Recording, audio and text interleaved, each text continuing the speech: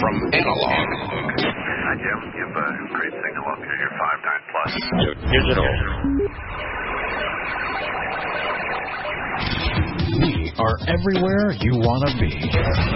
This is the CQ Blind Hams Podcast. Welcome, everybody, to our CQ Blind Hams Tech Zoom. It's our first one. My name is Julian Vargas. My call is N1CA, November 1, Charlie Alpha. Normally located in Southern California, but currently now in Southwest Florida. Enjoying some wonderful times and wonderful weather. So, today's meeting is going to be about talking about 3 of the different ways to connect to the Blind Hams network. And that would be, we're going to talk about EchoLink, DMR, and AllStar. And just a note, we're going to be giving sort of basic overview information. We're not going to really get too deep into the weeds. If people would like, as we consider future discussion topics, we can certainly look into doing a more in-depth session on a specific mode if we get enough interest. So again, remember to stick around to the end of the meeting where we talk about that. So without further ado, I'm going to kick it over to one of my co-hosts here, Robert NC5R, and he's going to talk to us about EchoLink. All right. Well, good evening, everybody. And I am happy to be able to start this off with a discussion of EchoLink because it has been around for a very long time. It's an interesting digital mode. They say about 350,000 subscribers worldwide or registered EchoLink users. And they say you can find up to about 6,000 people on EchoLink at any one time. So it's quite popular.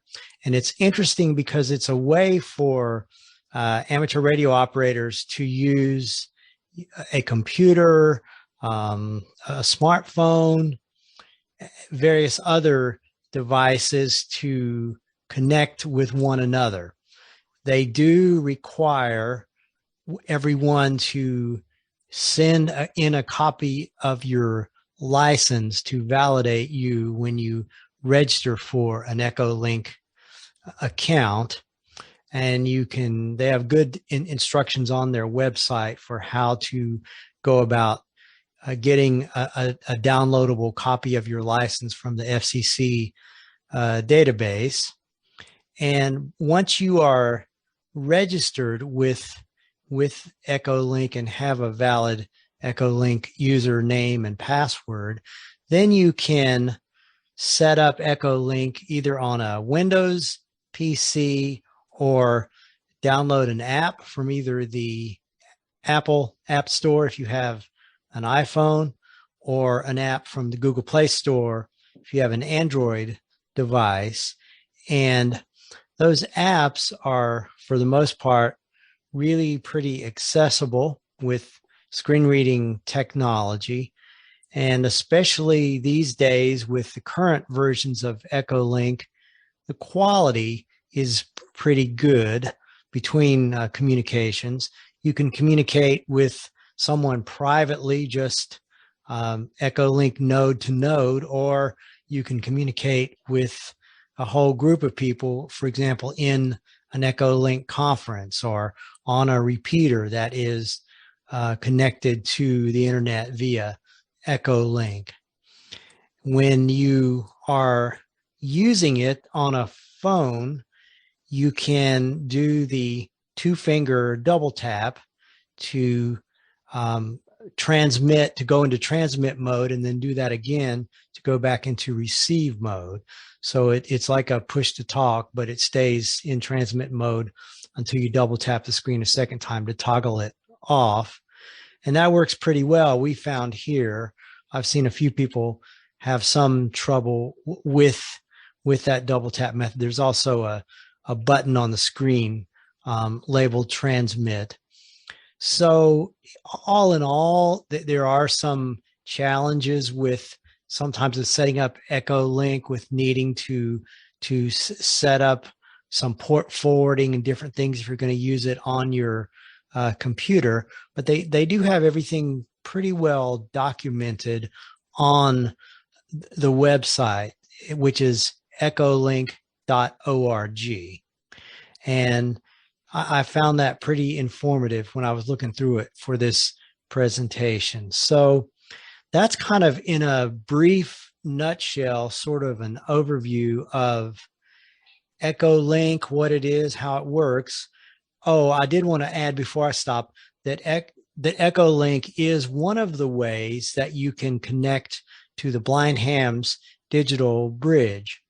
And you can either do that by, once you have EchoLink up and running, entering in their search box a star blind star, and that will get you to the blind ham's network, or you can directly enter the EchoLink node for the blind ham's network, which you can get easily from the blindhams.com website.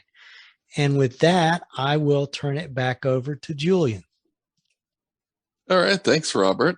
So yeah, it's a pretty good explanation there, concise about EchoLink. Does anybody have any questions about EchoLink that they'd like to ask? If so, just say your name and we will call upon you.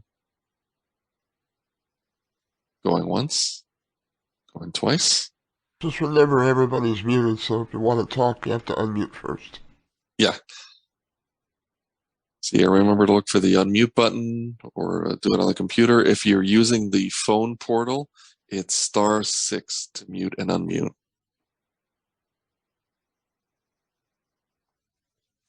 Okay, well, hearing none, we will move on. And for this next segment, we're going to talk about DMR. And to talk about that is one of our other co-hosts, Chris, NE5V. Thank you, Julian.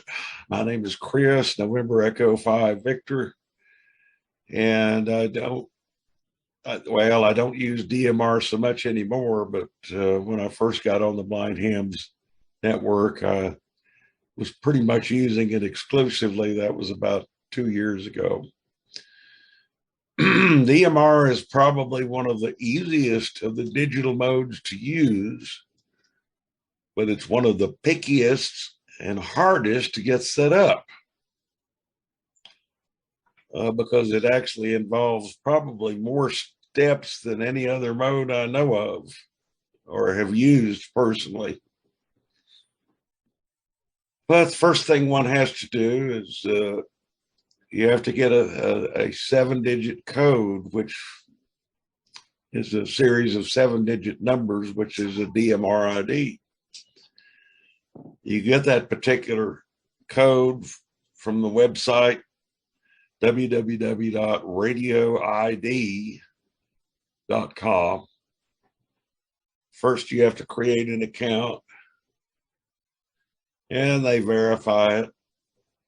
And then you have, of course, have to follow the registration prompts and be sure to have an official copy of your FCC license, because nowadays they require you to upload a copy of that. Now, once you get the DMR ID, you have to decide how you are going to connect to the DMR talk groups. There are lots of DMR repeaters you can use, or you can do like a lot of us do and use hotspots. I'm a little biased because I'm in a rural area and the only DMR radio I have is a handheld, and all of the DMR repeaters are out of range of this handheld. So my experience is mainly with hotspots. But DMR is rather interesting because you have, it's time-based, and each frequency has 2 time slots.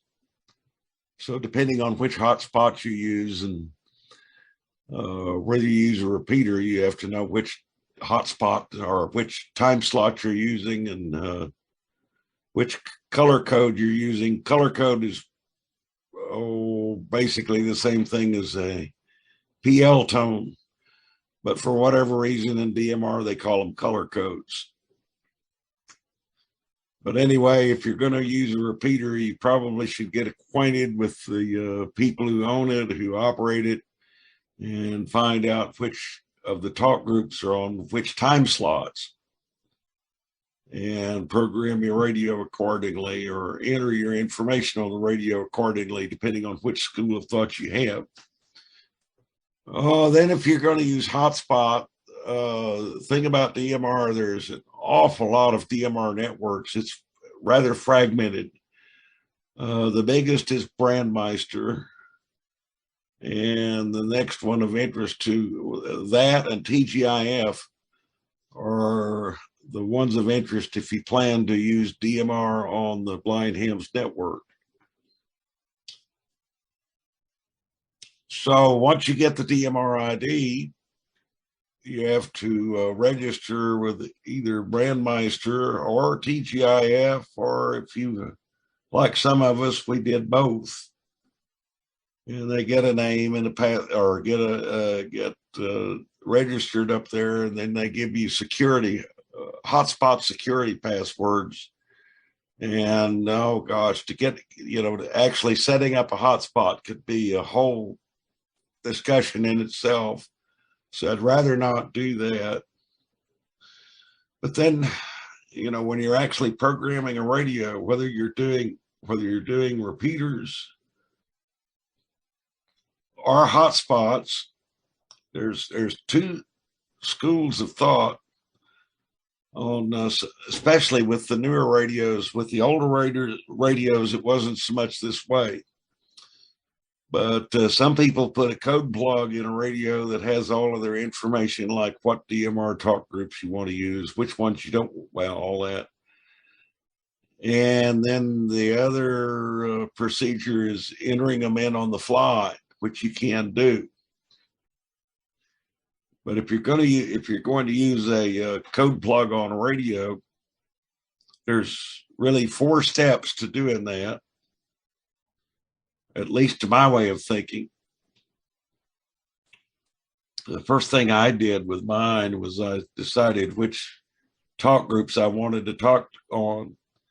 And there are lists available on Brandmeister.network and TGIF.network as to what their active talk groups are. So I got a list of the ones I wanted them, and then I started putting them in talk groups. First, you have to put the contacts together, and then you sort them into talk groups. Some radios call it TG list, but that's sort of what it is.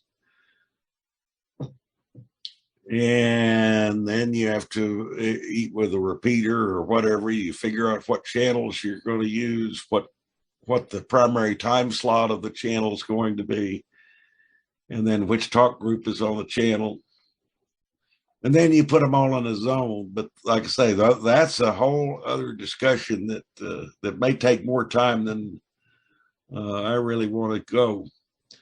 But once you go through all of these shenanigans, if you will, all you have to do is find the talk group you want to talk on, whether it's a repeater, hotspot, press your push to talk button, give your call sign, and you are connected to that particular talk group. So as I say, it's easy to use, but it's one of the hardest things to set up. And somebody reminded me of this, and especially when you're using hotspots, if you have more than one DMR radio, what works on one radio may not always work on another. Because especially in the case of the Chinese radios, the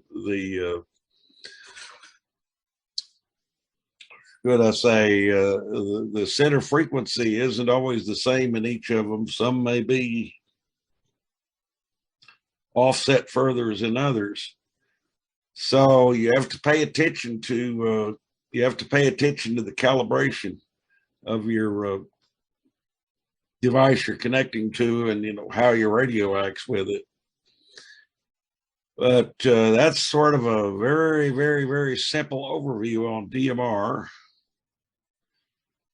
It's been around, I don't know, probably I'm going to say probably at least 12 years that I know of, maybe longer. But I think I'll stop there. But if anybody has anything they want to know a little more about, I'll do my best to answer. All right. Well, hey, thanks. I'd like to make a comment if possible. Hang on. Well, thanks, Chris. I appreciate you giving us those details. I'm going to fill in a couple little things about repeaters because actually that's how I got my feet wet into DMR, was using the local Papa system repeaters. And again, not to really go too far into the weeds, but what Chris was saying is absolutely right. If you're going to talk on a DMR repeater, it really helps to find out how they have their repeater set up and how they would prefer you to use the repeaters. Usually DMR repeaters, as you mentioned, have two what are called time slots. What this means is that the repeater can literally support two independent conversations going on at exactly the same time on the same repeater. It's just because of the way that the signal is divided. So it really it's good to find out their website or contact the radio club that sponsors the repeater and just find out. Like, for example, on the Papa system in California, they prefer that you use time slot 2 for all their local stuff. Like they have a talk group that just keys up that single repeater as opposed to a whole network of them. And then they also have their own talk group called Papa Chat, and that's for all their members and friends to talk to each other on.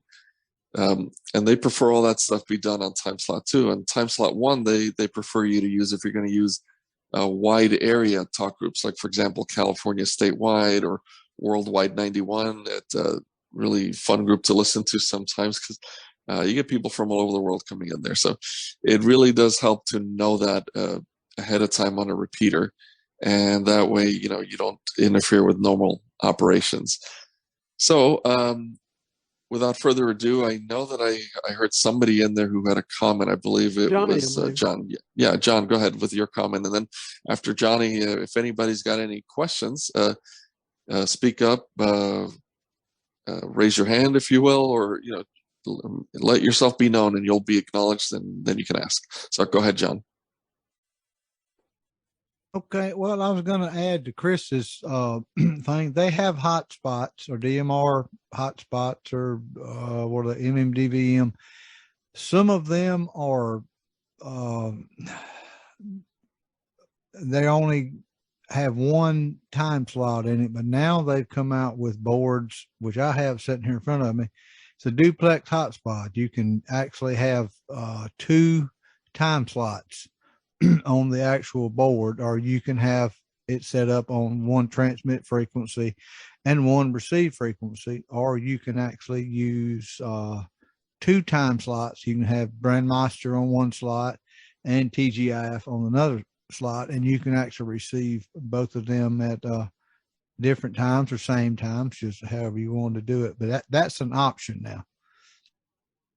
Yeah, definitely. And like we said, DMR can definitely be something you can get in the weeds about, and it is kind of cool that, you can get one little hotspot and literally monitor 2 different things like that. So thanks for that info.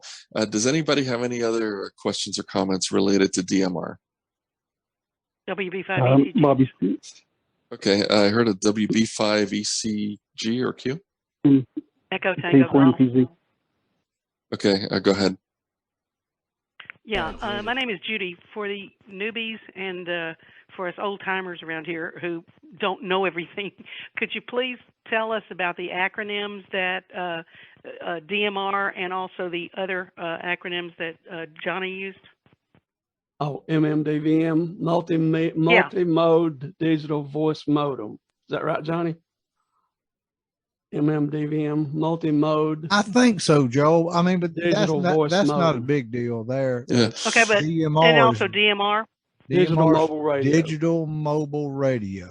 But thank you. That's kind of crazy too. Yeah, well, there's lots of that, but yeah, one thing that really helps with this is not only just to know what these acronyms are, but to have them simply explained, because, you hear MMDVM and you're like, what the heck does that mean? And really, if to break it down simply, it's just a type of hotspot. There's basically two types of hotspots that I've worked with, and the MMDVM, and then there's something called an open spot. And I started with one of those MMDVMs and went to the open spot just because I prefer the user interface of the open spot. But yeah, so anybody have any other questions or comments? One more comment. Go with that. Yeah, go ahead, Joel. An MMDVM is a board. It's a processing board with a radio built in it, and it slides down on top of a Raspberry Pi, either a 0, 2, 3, 4, whatever Raspberry Pi you have. The MMDVM board just mates up with the Raspberry Pi, and it turns it into a receiver, which transmits over the internet. That's pretty well. And then the open spot, you got the open spot 1, 2, and 3, and they're all made in Estonia, and it's basically self-contained. You don't build those; they're already built. Or you can build your own MMDVM. I've built 3 of them myself, and I think Johnny's probably built several of them. But they're just two types of hotspots, and they use the hotspots. Typically, you can use DMR, D-Star, P25, and Yaesu System Fusion. I think there may be 1 or 2 more other modes that a hotspot can use. All right, Judy, I think that's it. Bobby KA4DAN was in there also. So, and again, I'll remind folks that, if there's enough of an interest, we can certainly have a Tech Zoom in the future dedicated to the discussion of something like DMR. So we could spend the whole time really getting more into the nitty gritty of all these little things. Today's thing is designed to more or less just give an overview. So go ahead, Bobby. Yeah. It's K4NPZ. I've got one of the Blue DVs, and I can connect it up to D-Star, but I can't connect it to Brandmeister. Didn't know if anybody had known if it'd been locked out of Brandmeister, or if it's really a password problem or anything of that nature. And I'll just listen for the response. Thank you. Anybody got a Blue DV? I don't think any of us use Blue DVs. Patrick would probably be the one to talk to about that. Those are really not really reliable, honestly. In my opinion, I've never got one to work worth a mess. All right, so isn't Blue DV an implementation of DV Switch? Yeah, I think the Blue DV is a dongle that you plug into a USB port, right, Bobby? And then you use a Blue DV software to do DMR and D-Star. That's right, Joel. It's basically it plugs into the computer and use the Blue DV software. I've gotten to work reliably on D-Star just fine. Now, of course, you got to, and there's a few of us. I know Enoch has it, and several of them use it. But I've just finally got mine to work again. But it's kind of a poor man's way to get on AllStar. So it does okay. Yeah, but don't you have to have a D-Star compatible radio? You do not, because you're using the sound card and the microphone from your computer to talk on D-Star. Yeah, well, you learned it, me something. Me too. And that's what this is all about. So does anybody else have any questions or need clarification on anything related to the DMR portion of this discussion? Going once, going twice. Okay, well, hearing none, then I guess we'll go on to the third mode that we're going to talk about tonight, and that is easily the most popular mode as it happens on blind hams, and that is AllStar. And the way we're going to kind of do this a little bit is we're all going to sort of chip into this discussion, all of us fellow podcasters here, and see if we can again give you all a brief overview about it. Wondering, Steve, if you would care to sort of facilitate this part of the discussion. I'll do my best. How do you want to start? Or who would you like to start? I figured, if you want, you can give a brief overview of AllStar, and we can just kind of take it from there. Okay, I'll begin. AllStar is an analog mode on your radio. In other words, any radio can participate. It doesn't have to be a DMR radio or a fusion radio or a D-Star radio. Any radio will do. And it transmits to another device in your home that acts like a simplex repeater. In other words, when you're talking, it's listening. When it's talking, your radio is listening. This radio is connected to a device which is colloquially known as an AllStar node, which on the back end of it connects to the internet. AllStar nodes run on Raspberry Pis or just about anything running the Linux operating system, and they consist of the Linux OS with a layer on top of it that comes from one of two sources, and I'll get into those in just a second. What happens is you, with your analog radio, talk to this thing, and you talk to a network of all the other AllStar nodes in the world, and you connect to another node, which may or may not be connected to a repeater, but it's always connected to some kind of radio. If you connected to my node, it would be connected to the little radio in the AllStar module in my house. If you connect to a certain AllStar node, you might be on the W0 repeater in Wichita, Kansas, or any other type of repeater system in the country. There's a very big network of AllStar and other node systems called the East Coast Reflector. There's one on the West Coast called the Wind System, and there's lots of others, but they all use the same technology, and they all run on an old telephone system, believe it or not, called Asterisk. If anybody has ever worked with Asterisk, you'll be right at home with AllStar. To get an AllStar radio going and to get an AllStar account going, you need to do a couple of things. You need to go to a website called AllStarLink, and the address for that is allstarlink.org. You create yourself an account. Excuse me, once again, you have to provide your license in some form of machine-readable form, like a PDF. And when you get on the AllStar system and you get an account, you can create yourself what's called an AllStar server. Now, the server is very misleading. It's not a server in any of the normal server senses. It's not a disk server. It's not a data server of any kind with which most people are familiar.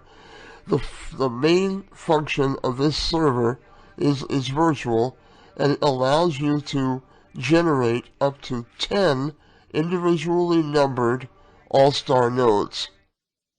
Some of us who have a lot of nodes actually have more than one server.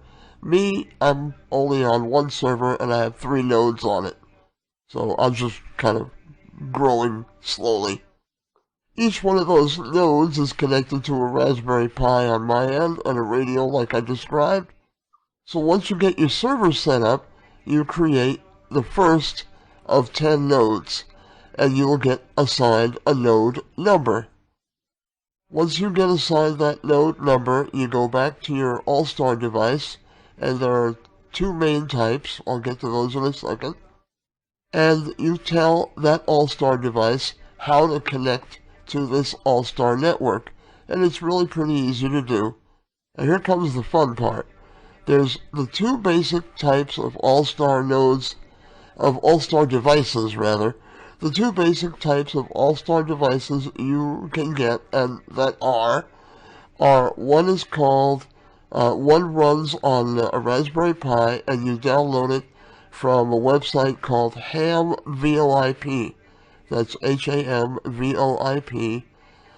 I can never remember whether it's .com or .org. It's .com. HamVoIP.com. You write this image to an SD card. You put it in your Raspberry Pi, you boot it up, and then there's configuration options that you have to do after that, and they're all very accessible.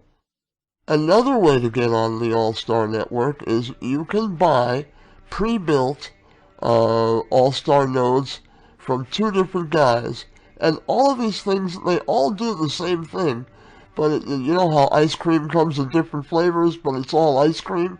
Well, that's kind of the way it is with these things. They all do the same thing, but they each one do it a little bit differently. You can buy a ready-built node called a Shari, S-H-A-R-I, or what a lot of guys do is they buy the pre-built node, which is called a clear node. And now that Raspberry Pis are very rare, the gentleman, Jerry Philby, who makes the clear node, has come up with a Raspberry Pi-based clear node device that runs on the little Pi Zero, and he calls that the Clear Node Zero. And they're staggeringly popular among the blind hams bridge lately. A lot of guys got them. I am not a clear node owner, so I'm the last person to ask questions about the clear node, but I have built about 10 of these other AllStar units, and it's very easy to do. It's all done through your computer and SSH. And if any of you have never used SSH before, that stands for Secure Shell. You go in there, answer a bunch of questions, and bingo, you're on the air. And that's the general overview. And I guess I'll take questions now. Alrighty. One thing to add about the Clear Node, which is really nice, is that it also comes with a free app that you can get on iOS and Android. And this app is very accessible, so people who use screen readers like VoiceOver or TalkBack will find that it works very nicely. Everything's labeled and is perfectly usable by someone who is blind. So that is one of the things you pay for when you buy the Clear Node. It's noticeably at least a little more expensive than something like a Shari, but it does come with that app, and some people prefer that interface. But you can also use it with sending DTMF commands to it as well. So it's kind of like the best of both worlds in a sense. So I would say that just to finish up this portion of the program, the difference between the two is if you want to build your own node with a Shari, you can buy the radio pre-built, you get a Pi, put it together, it's like 3 pieces, most of which are parts of the case, and then you plug the Shari into the back end of it, load it up with that SD card image that I mentioned before, and answer a few questions, and you're on your way. It's totally roll your own. The Clear Node from Jerry comes everything pre-built. You just plug it in. It's plug and play, the best possible plug and play experience you'll ever have. And like Julian said, it's a little bit more expensive, but you pay for the support and all the functions that Jerry's put into it. And his support is great too. NE5L with one more comment. Go ahead, Johnny. Really? Also on the Clear Node, it is also got, which I guess is another topic of discussion. It's got the MMDVM built into it. You can actually go out on DMR and have it come back. You can actually go out on YSF, which is a Yaesu digital mode, or you can go out on FCS, which is I believe a Yaesu digital mode. All that's built into that node, but that's like a little learning curve for somebody that's first getting into this. That will probably be a little learning curve. You'll have to read on it, and the regular Shari nodes do not come with that, which I'm not knocking Shari. I've got 2, 3 Sharis and 3 Clear Nodes, and I link repeaters together that way. I've got 1, 2, 3, 4 repeaters with Clear Nodes, and I've got 2 repeaters with Sharis, and it's an ideal way of doing things, and it's just what you want out of your particular situation. Now, I have a question out of what you just said. We were talking about DMR hotspots before, and some of the fancier DMR hotspots will do what is called cross-moding, which means you can talk to your local DMR hotspot or your local hotspot on AllStar, and your hotspot will translate it or transcode it, and it will come out the other end and go on, let's say, the Brandmeister network. Now, can you do that with the Clearnode with an analog front end, or does it have to be like to like? Not as of yet. There are rumors and have been rumors for a year of the MMDVM, or what do they call that? Pi-Star. Is it Pi-Star? With an analog option, but it has not been put on market yet. But it's coming.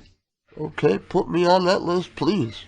Not to confuse people, though, you can indeed use the Clearnode to access the Brandmeister and the TGIF network. But you need the DMR. But you need the DMR radio. Right. You'll have okay. No, you do not need a DMR. No, you don't need a DMR radio. I guess you were right, Steve. You do not need a DMR radio. You can use your regular HT and go strictly out to DMR YSF, even P25, which NXDN. But no, you're right. You can use an analog and radio. You can also access EchoLink on the Clearnode as well. If you want to get real ambitious, you can access DMR Plus too. You have to set it up, but you can do it. In that case, I'm ordering me one tomorrow. I've been dreaming for a radio like that. I've been dreaming for a hotspot like that. Well, Steve, you can. To me, it doesn't sound as good as it should, but I mean, you're crossing from analog over to digital, and then you're crossing from digital back to analog. You can understand it, but it's different. Yeah, I was just going to say, for anybody who cares about audio and is picky about it, that is definitely one thing that should be mentioned. That while it's neat that you can basically turn any analog-only radio into a device that lets you communicate on a digital mode, there is that you are transcoding. You're going from analog to digital. It's not native digital through and through, and that is noticeable. I know that when I talk on DMR, I can tell when somebody's coming in via that setup, because it has a different sound. It's good. It works, but it's noticeable, and you have to take some time to adjust the mic gain, the audio on your Clearnode, to get that to sound, because the way it normally ships, that 2 USB audio is pretty hot, and when you do that, going from analog to digital, it will make you come out sounding pretty distorted on the other end. So you got to tweak with that a little bit. It is doable, and if you're in a situation where you can only afford one of these things, or you can only take one with you, and you want to cover a lot of different modes, well, it certainly works. I've played with it with my Clearnode, but honestly, I prefer to use the Clearnode for analog communications, and prefer to use my OpenSpot 3 for the digital communication. So just thought that should be mentioned out there, because that's something that should be taken into consideration. So KA4DAN comment? Yeah, go ahead, Robert. I was just going to say that what's happened to me and some of us here, we've all really, at least I will just speak for me, I've really come to enjoy AllStar a whole lot. It's really my favorite mode. It's only now occasionally that I want to do something on DMR, like maybe check into the worldwide net, which is on DMR, or do something else on DMR. And for me, at least, and others may say, well, Robert, you don't sound that great on it, but for me, the Clearnode is perfectly adequate for the occasional use that I make of DMR. So it's just something to think about, and that's just me. Others may have a totally different opinion. Back to you, Julie. Okay. And I think, John, you had another comment? No, maybe not. I heard him in there. Okay. Does anybody else? NE5. Go ahead then, Chris. Well, I just started to say Clearnote isn't the only one that does that now. There is a version of DB Switch that now is working on ham VoIP. It's kind of a work in progress, but you can also get the Shari to go on DMR as well, or any of, well, I say Shari, that just happens to be the other one that I have, but any of the other ham VoIP nodes, you can now set them up to go on the digital modes as well. A W0CAS, Judy. And I'm going to try that, and we're going to see how it works. If it sounded good as yours did, Chris, you know, I'll be good. And Joel was in there. Yeah, Julian. We left out a node, the G7RPG node, which is built over in the UK. I think they're still building them. We have several blind hams that are using them. I think Gina's got one, Jeff's got one, WA2AIB I think's got one. There's a few of them around, the G7RPG nodes. He pre-builds them and sends them to you, but you know, time you pay shipping over the pond, it's probably not any cheaper to get one of those. I apologize for leaving them out. I completely forgot about them. Well, they've also got that AllStar, what is it, radioless node. It's like a Pi with a mic hooked to it, and they sound great. Yeah, I mean, there's definitely other options out there as far as nodes. And I think, if I'm not mistaken, I think Shari will even, if you don't want to go through the trouble of putting it together yourself, they will sell you something that's already put together, because I know somebody who bought one. There's like that. I do that way. Yeah, so there are myriad options out there. So does anybody have any questions about AllStar? I'm going to mention one more thing and I'll quit. I think Flip OBT's got one of them Dynas. Isn't that a node in a sort, Flip?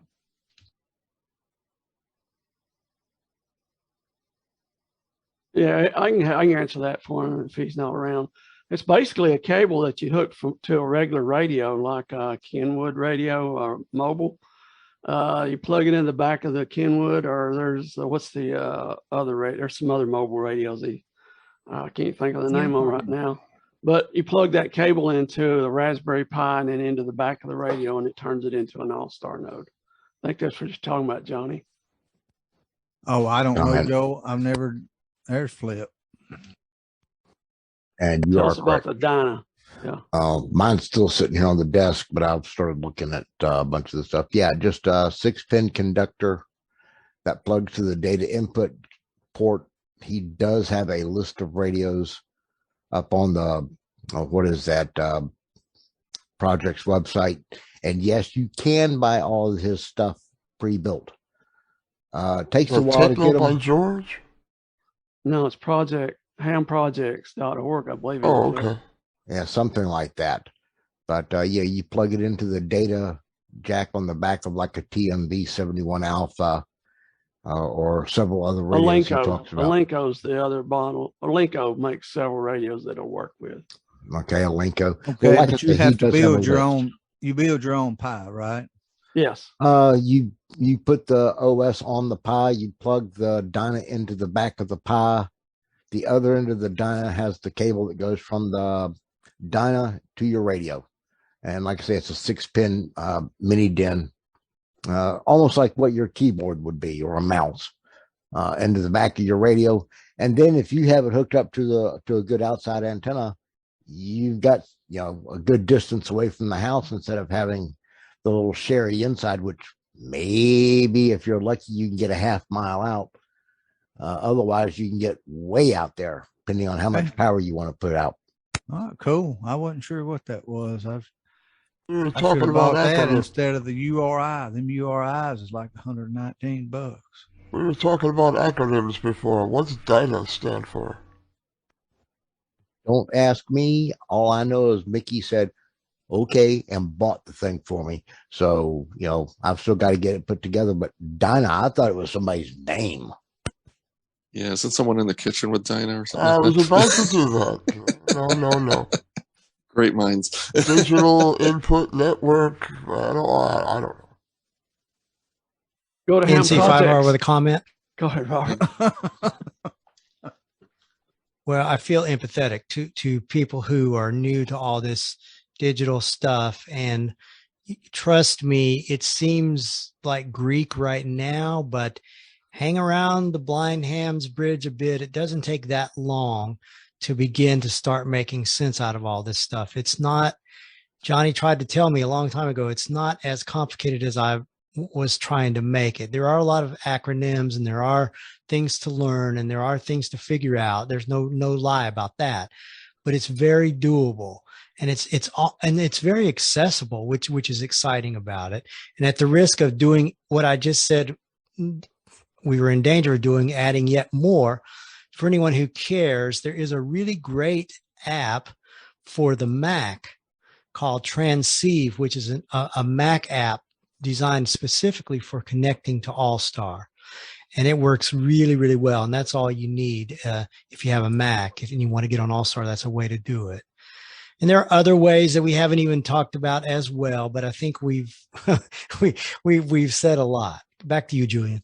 Yeah, and again, I'll mention that we can certainly consider having a more in-depth tech Zoom all about these modes individually, because clearly there's a lot to cover, and this is an overview, so we don't want to completely overwhelm the listeners. So I'm wondering if anybody out there, especially someone who hasn't spoken or anything like that, might have a question about AllStar.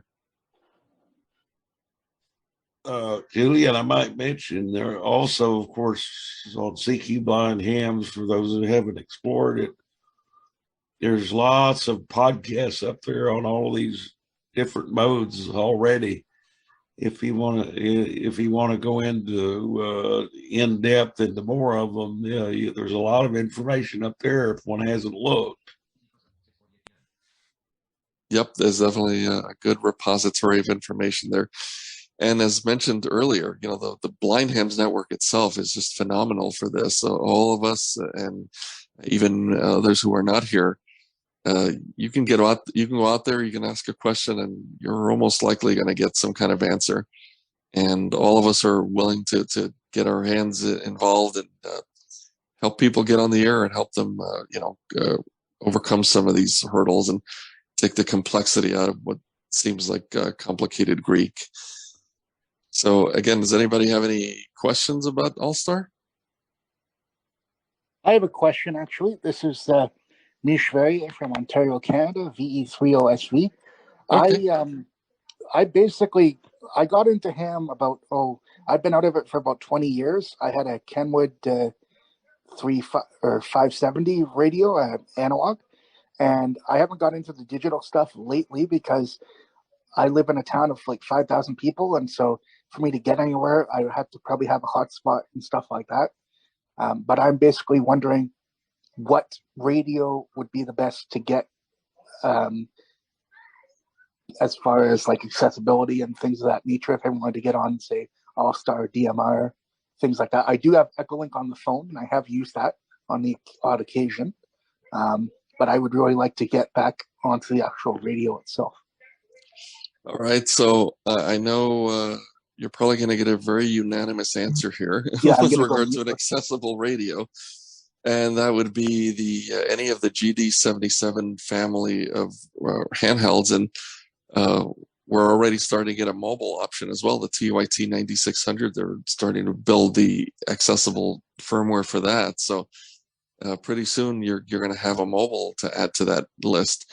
So, any of these radios where you install the accessible GD77 software onto it suddenly becomes fully accessible with speech. And you can combine that with any of these devices we were talking about, the hotspots or the AllStar nodes, and get it on the internet, and you're on the air. Yeah, and I'll run down the four handhelds that we're talking about. That's the GD77, the GD77S, the RD5R by Baofeng, and the Baofeng DM1801. Now, there's supposed to be a DM1801A. It's sort of the white whale. You don't see them. So those are the four accessible GD77 family of radios. Now, As far as mobiles, we do have for analog, the Kenwood TMV71A, which I use every day on AllStar. So I'm talking to the Blind Hams Network all around the world on a Kenwood analog radio. I connect it to either my Shari node or my Clear node. So I hope that helps answer your question.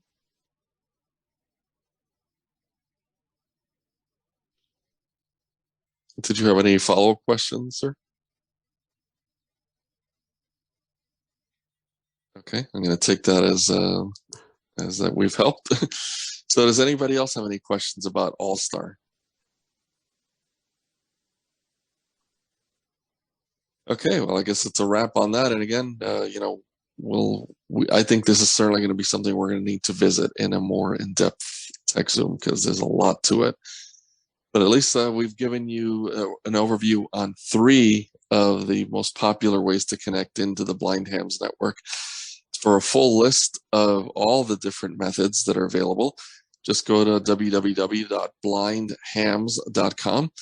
and you can easily find it there, all the different ways to connect.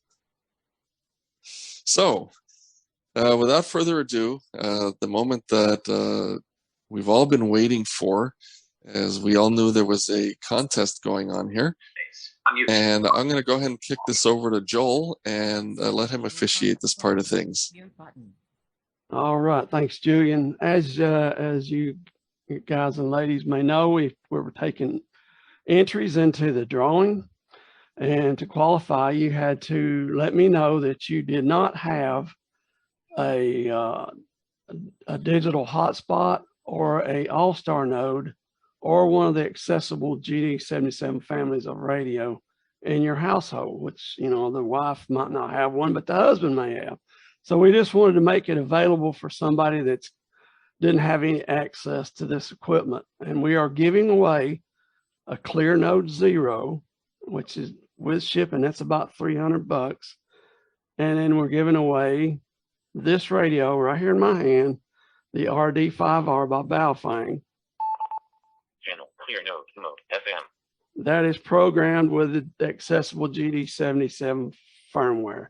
And I will put a basic code plug in the radio with 1 repeater and the information that you need to connect to the Clear Node Zero when you get it. So with further ado, I want to let everybody know who is the winner. We get the drum roll from Steve.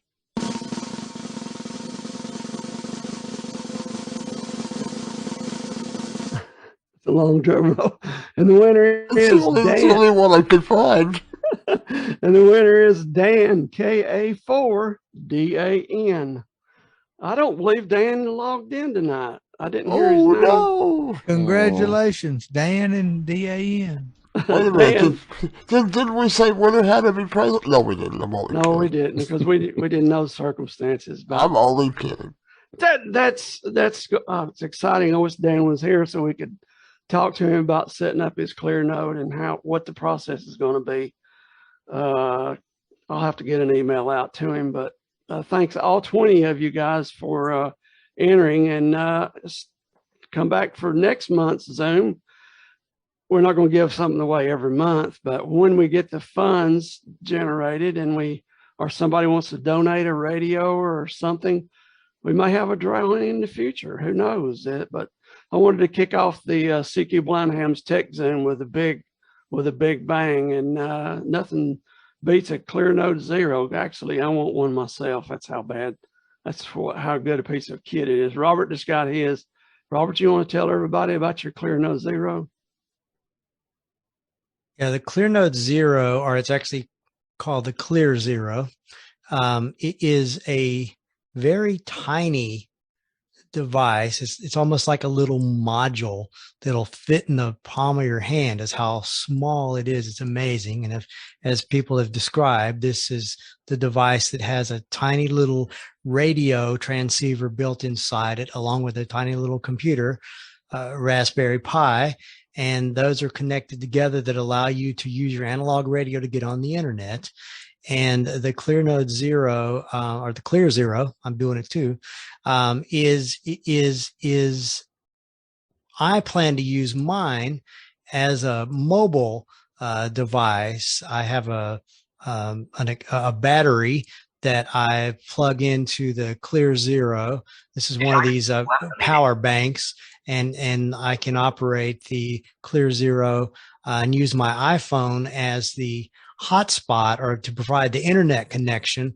And so I was in the car today using the Clearzero with one of my GD77 family radios, and was talking to people all around the world in the car because of this ability to connect to the internet the way we've been talking about. I sort of think of this as an enhanced radio because it's just like FM analog radio, but thanks to the internet, you can go all over the world with it. And I'm getting ready to make a trip across the country and looking forward to having this capability while we're driving across the country. And I will say that it's very interesting, kind of and funny, actually. I was having trouble getting my Clearzero to work. And the reason I was having trouble was because people kept saying there are 3 ports and you need to plug the power for the Clearzero into the port that's farthest to the right. And for the life of me, I could only feel 2 ports on my Clearzero. And the reason that I could only feel 2 ports is because when they ship them now, they cover that 3rd port with a piece of tape that says power on it. But if you can't read the word power, you have no way of knowing you're supposed to remove that tape, and there's your power port. NC5R. Back to you, Joel. Well, I'm going to be mean a minute, and I'm going to ask a question somebody asked you the other day, and I'm just picking. How did that make you feel? Very, very relieved when I finally found out what the problem was, but frustrated when, it was unclear to me how to move forward. But something was clearly wrong, and I didn't know what for a while. So would that have been an unclear zero at that point? It was an absolute zero for a while. But now you love it. Oh. Anyway, we'd like to thank everybody, and we'll get with Dan and get his Clearzero ordered from Jerry Philby. And what happens if you want to order one? You go to Jerry's website and you pick your Clear node that you want to buy and pay for it. Then he'll send you an email, and with the email, it has some specs. You fill out the answers like Robert did, and you put your node number, your node password. Put your Wi-Fi credentials, because the Clearzero is a Wi-Fi only node. Where the regular Clear node, you can plug it into Ethernet. I don't think we said that tonight. You can plug it into Ethernet. And the Shari's also, because it's just a regular Raspberry Pi, you can plug it in via Ethernet, or you can use it via Wi-Fi. So back to you, Julian. Oh, one thing you neglected to mention. You mentioned going to Jerry's node, but you forgot to tell us what that node address is, and it is node-ventures.com. There you go. Yeah, there you go. Node-ventures. Node-ventures.com. There you go. I got it out right. So, okay. Well, congratulations to Dan. I'm hoping that by our next Tech Zoom that Dan will be up and running, and if we haven't worked him on the air by then, that we'll be able to work him here in the Tech Zoom and find out how he's. We'll have to get him in here and tell us about his experience with it since he got it. Yeah, absolutely. And 3H Yeah, and Julian and I also, sorry for interrupting, Julian. Julian and I also have a couple of podcasts on about setting up a Clear node for a new blind user. Some little tips and tweaks that Julian helped me with my first Clear node. And Chris Miller has done several podcasts on AllStar nodes and how to do weather and put call signs in instead of node numbers. I mean, CQ Blind House, we've got a bunch of a great podcast up there. If you haven't subscribed, go up and subscribe and learn about these digital modes. I'm done now, Julian. Go ahead. Oh, yeah, no, and I should add, when I was getting set up with DMR and I wanted to get into hotspots, It was a podcast from there that helped me to learn how to set it up, because everybody told me before, oh, it's a visual thing, it's got a screen on it, not sure if you're going to be able to set it up. And it was after listening to the podcast that was there about how to set up a Pi-Star hotspot that I realized, oh, this is a piece of cake, I can do this. So it's a wonderful resource, CQ Blind Hams. You can learn a lot from it. When I was first getting involved with DMR, Chris's podcast on how to install the ND380 tools on my El Cheapo Chinese TYT ND380 got me through that. And then I listened to his initial podcasts on the DMR stuff, and there you go. And N6RXT helped me with some things I was tripping over, and it's all up there. Awesome. All right, so moving along here to the next part of the discussion here, we need to figure out a topic for next month's TechZoom. And as we mentioned during the introduction of this whole concept, showing up to these meetings lets you have a say in what we're going to talk about in future meetings, but in particular this one that will be coming up in April. So trying to figure out how we would do this exactly. I mean, my thoughts are that, of course, since we've talked about these 3 different ways of connecting, if all of you listening here feel that we should go in depth into one of those, should we do that? Or does anybody have any topics they want to throw into the ring here? Yeah, unmute yourself if you've got an idea, if you want to get deep dive into one of these 3 modes or want to do another one. I'd say go into AllStar deeply. Deep dive into AllStar. That's 1 vote for AllStar. What about anybody else got any comments or ideas? All right, Eloquence has something to say. I think that was Flip unmuting. Okay. It's very eloquent, I must say. Yeah, definitely. Yeah, I mean, I would give a vote to AllStar as well. It's certainly the most popular mode on the network, and now that we're getting more people hopefully introduced here, it might be helpful to get into a little bit more in-depth discussion on AllStar. Now, Patrick gives, when he calls a net, he gives the statistics, and when he announces the net statistics on the CQ Blind, on the blindhamsgroup.io, he'll tell, say, out of 50 check-ins, 41 of them are AllStar, 2 or 3 DMR, 2 or 3 EchoLink, 1 D-Star. Patrick breaks it down like that, and that's how we know what is most popular on Blind Hams network. Is by just by listening. You'd figure that out once or you can do that too.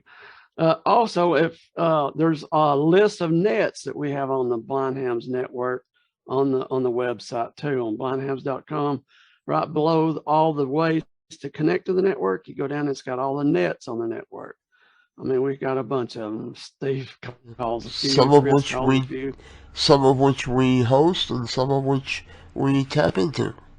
Right. Good evening, gentlemen.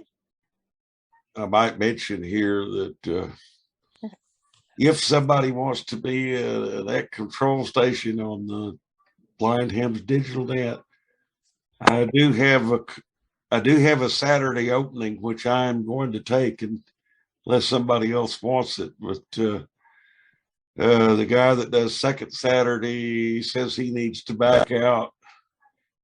So I sort of set it up where I can float. So, but if somebody else would like to learn about doing that, would like to try it, let me know. NE5E.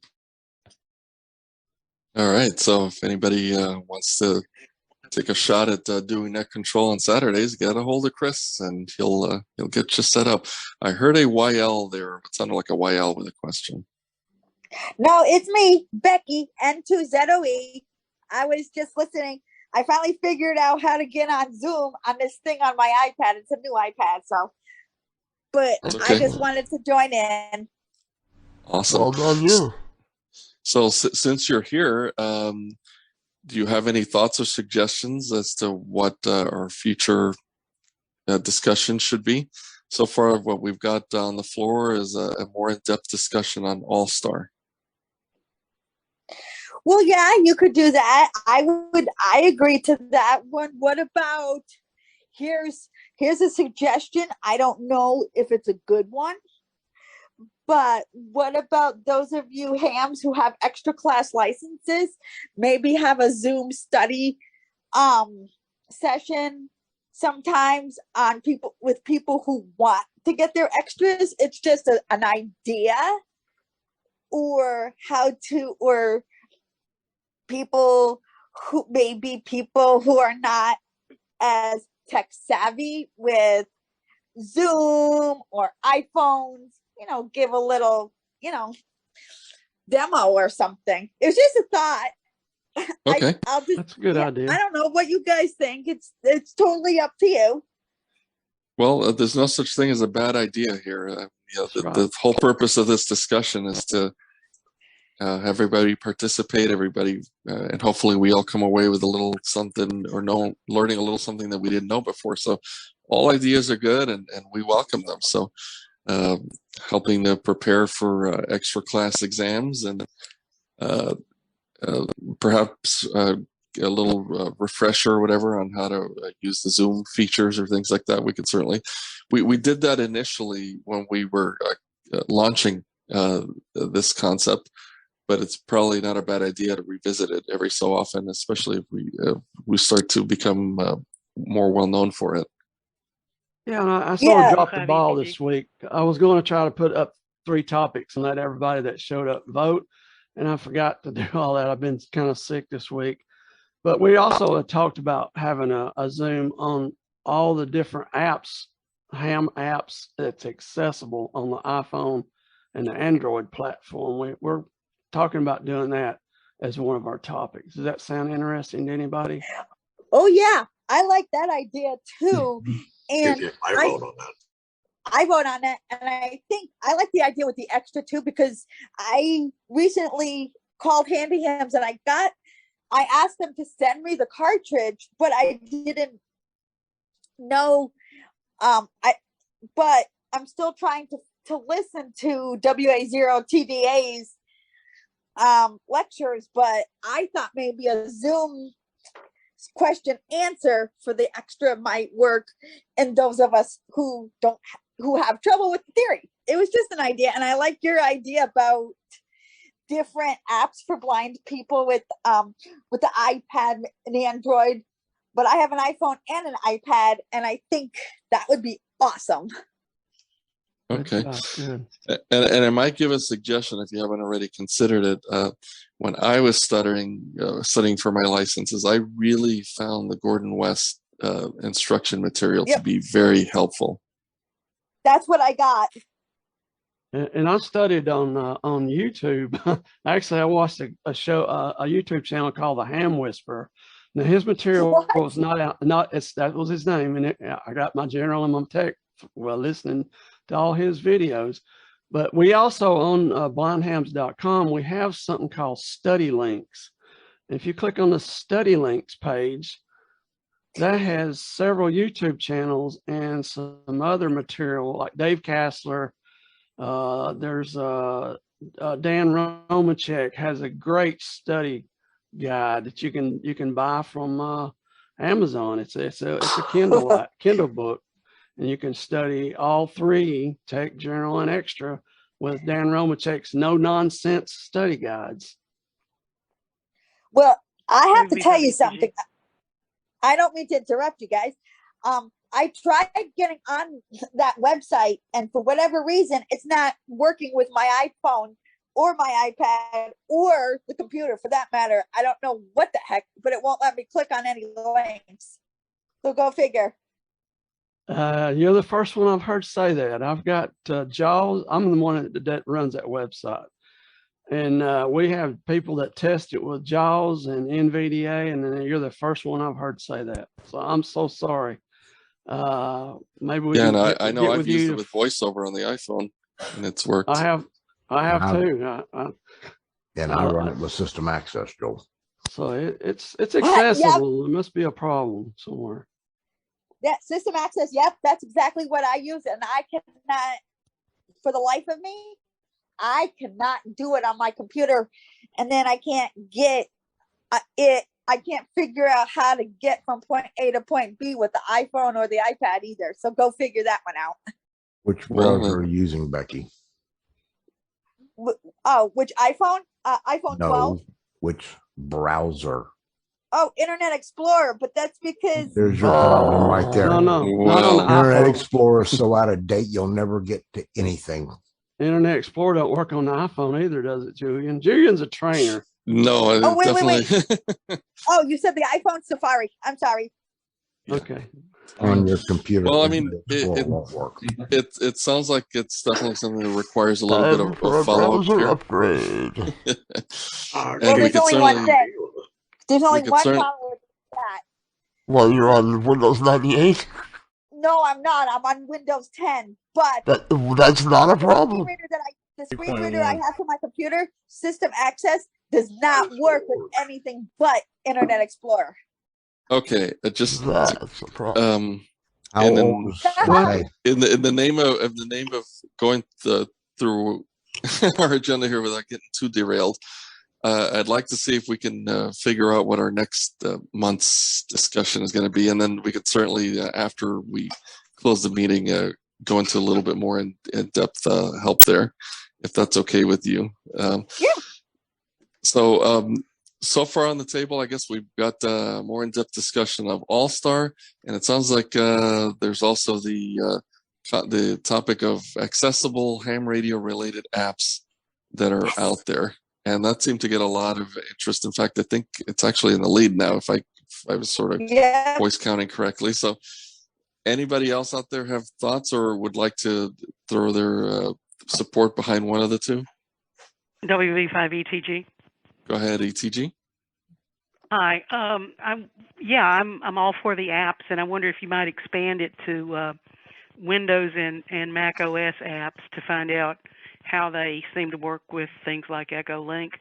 The other two things that I had that newcomers might be interested in is, number one, we'd be interested in knowing more about these Chinese radios and where you get them and what the differences are between the different models.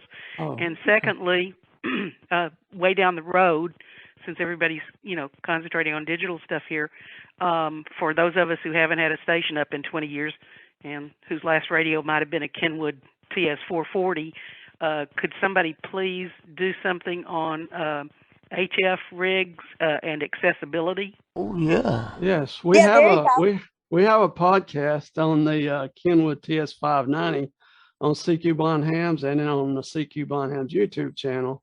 We did one on the 590. We also have a podcast that we did called The Best Radios for New Blind Ham. And that gets into I don't think all the other accessible radios were available at that time, were they, Julian, or were just the GD77 and the 77S? No, the RD5R was available then. Yeah. So we talked about those on the podcast, but we can deep dive into them. It's going to be a very short podcast. Yeah, and it could certainly be a good tech Zoom discussion as well. So I think we can put that on the list as well. Some of those, it may be a hardware problem with the stream, but I tried to open some of those podcasts on the stream, and some of them just wouldn't open on the stream. Yes, I don't know. We found out we've solved that problem, but we can't fix the old podcast. Do you have an Amazon Echo? Yeah, I do. Tell it to play the CQ Blind Hams podcast, and it plays it perfectly. Okay. And you can also play it on your iPhone, on your Android phone. But we did find the problem, and we just solved it 2 weeks ago. And there's a lot of good podcast apps out there as well. I personally like Overcast. I use that on iOS a lot. That works very nicely. Everybody loves I've got Overcast and Downcast, but I usually don't do it there. But anyway, I prefer Downcast. Yeah. So yeah, there's many different ways.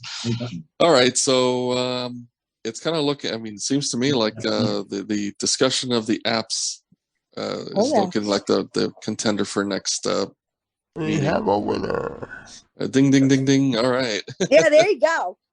So, and again, I think if we're going to cover all the different platforms and things like that, it's going to be very similar to today, where it's going to be a little bit more of an overview type of presentation.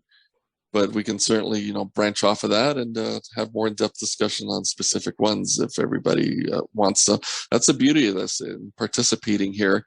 You know, we realize that not everybody can be here on the day of the meeting, but it's nice if you can, because it lets you have a direct say into what we're going to be covering in the future. So on that note, I want to thank everybody for coming here tonight. I want to thank all the my fellow CQ Blind Hams podcasters for helping us put this together. And the meeting is now closed, and we'll return this to whatever it goes to. Don't forget to subscribe to this podcast and visit www.blindhams.com.